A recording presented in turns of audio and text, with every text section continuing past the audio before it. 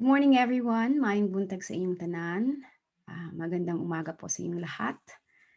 My name is Justine Villanueva. I'm the author of today's book, Jack and Agyu. There. And before I begin, I want to say thank you to the Filipino School of New York and New Jersey and the Bergenfield Public Library for hosting this event and for having me. I am here in the unceded territory of the Winton Patwin tribe, also known as Davis, California. I trace my ancestral roots to the Bukidnon tribe in Kalasungay, Bukidnon, Philippines.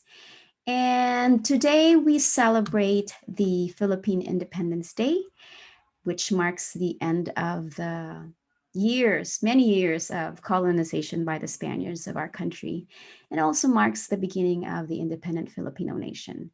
So I think it's very apt to be celebrating it with the reading of my book, which, among other things, it celebrates the beauty of our pre colonial way of living and also celebrates the resistance that our people did and are still doing against the forces that are trying to destroy it. So, without further ado, I'm going to read the book now. I'm actually going to share instead of flipping around, I'm actually just going to share the pages. So, give me a second, I will do that. Oh, that's not that. Here. Okay. Okay, here we are. I'm going to start at the very beginning. Um, okay, here we go. So, Jack and Agyu. There's a baybayin here which says si Jack ug si Agyu. Baybayin is the Filipino, one of the Filipino ancient scripts that we have. All right, so we have a little bit of notes here for our adult and advanced readers to explain some of the concepts. We have an acknowledgement here to the land and the people that helped create this book. And we have a title cover here. Cover page. Title page. And it has an anting here, and I will explain what this means a little later when the time comes.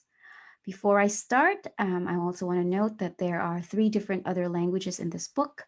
Binukid, which is the Bukidnon indigenous language. Bisaya Cebuano, which is also spoken by many of the people in Bukidnon. And Filipino, which is also one of the 2 national languages in the Philippines, also called Tagalog sometimes.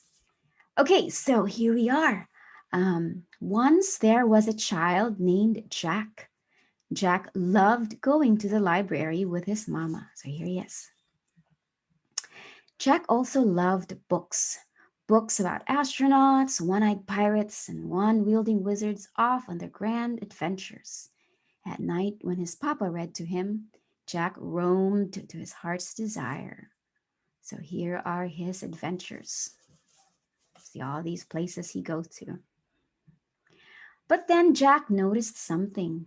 In many of the books he read, most of the characters he saw, blue-eyed, yellow-haired, and fair-skinned, did not look like him. He worried it meant he could not be a pirate or an astronaut or a wizard after all. And Jack was sad for a long time. Until, bing, he thought of a brilliant idea. What's his brilliant idea? Let's find out. Jack took out his favorite crayon, the brown crayon. Brown like the champorado, the chocolate rice porridge that his lolo, his grandpa, often made him for breakfast. Brown like the mud he loved to roll in when it rained. Brown like his mama's skin. So Jack took out a library book. He colored the one-eyed pirate brown and the wand-wielding wizard brown. He colored 1 page and then 2, and when he finished coloring the whole book, he took out another. His kuya right here, his older brother, decided to help, and together they colored for a long time. Coloring library books. A few weeks passed. One afternoon, Jack's mama called him over. Uh-oh, something's not quite right here. The librarian just called me, she said. She would like to know if you colored the books brown. Uh-oh. So through his tears, Jack said, I did, Mama. I fixed them so the astronauts and the wizards would look like me. And his mama gave him a big hug. Here he is crying. And so that night, Jack's mama tucked him into bed and told him a story. Once, she said, there was a child named Agyu. His Lola, his grandma, gave him an anting-anting to wear around his neck to protect him from harm. He grew up to lead the fight against the invaders of his homeland. And guess what? He had black hair and brown skin and looked very much like you. As Jack's mama told the adventures of Agyu, Jack's ears perked up and his eyes grew wide. He imagined he was with a brave Agyu. So before I move on to the next pages, I want to just quickly tell you a little bit about this anting anting right here. You can't really see it, so I'm going to read it real quickly.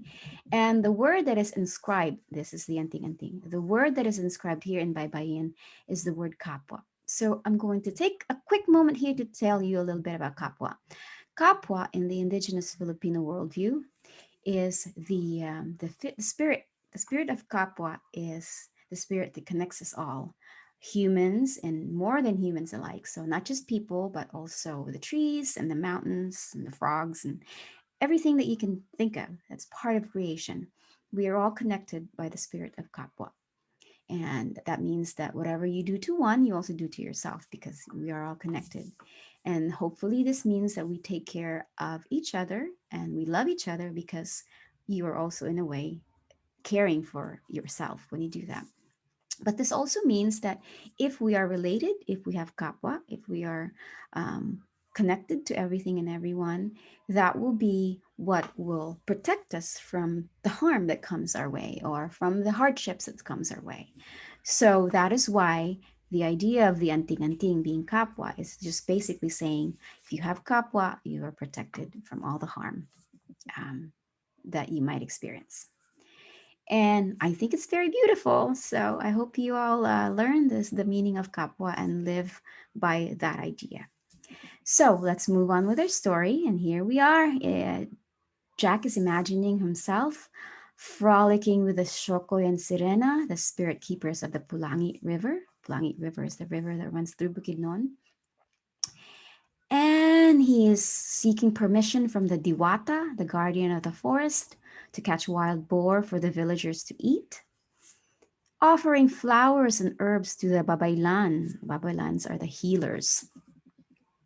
And helping his lolo, lola, mama, papa, kuya family, and fellow kapwa ride the golden flying salimbal to everlasting freedom.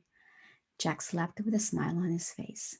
So this right here, again, this is kapwa. This is all of his kapwa riding the golden salimbal, which in the epic, which is what our story is based on, um, Agyu rides on this salimbal and then rides with everybody away from the Spanish colonizers. The next morning, Jack went with his mama to see the librarian. He explained why he colored the books brown and he said he was sorry and even offered to pay. He's got his piggy bank here. Before Jack left, the librarian promised she would do her best to help him and other children find the books that they longed for. And from then on, everywhere he went, Jack brought his crayons and paper with him. He loved to draw all the characters from his mama's stories, especially Agyu, who looked very much like him. That's the end of our story, the end, as we say in Bisaya, the end. Here we have the translations to all the languages if you want to read them. We have our thank yous and a little bit of information about the collaborators and the press. And some good words about the book from these people. And that's the end of our story. So I hope that you have enjoyed it. There are so many things about this book that I would like to share with you, but we don't have that much time. So I would just like to end, because it is the Philippine Independence Day, with the idea of self-determination. Like Jack, he makes decisions on what to do to right a wrong that he sees. He goes around to do it, and with the help of his family and friends, he was able to do something about it and learn from it. And I want to just hope that we can all have the self-determination value in our lives, because it's very important to be able to make choices about the way we live our lives, and to be able to consent to things that are being asked of us, and to be able to say yes or no, I don't want to do it, because it's all about being or living free and liberated. So that extends to not just people, but of course to communities, to countries, everything and everybody. We all want to live freely and beautifully the way we see fit. So, with that note, I'm going to end right here and hope you all have a good Philippine Independence Day. And thanks again for listening.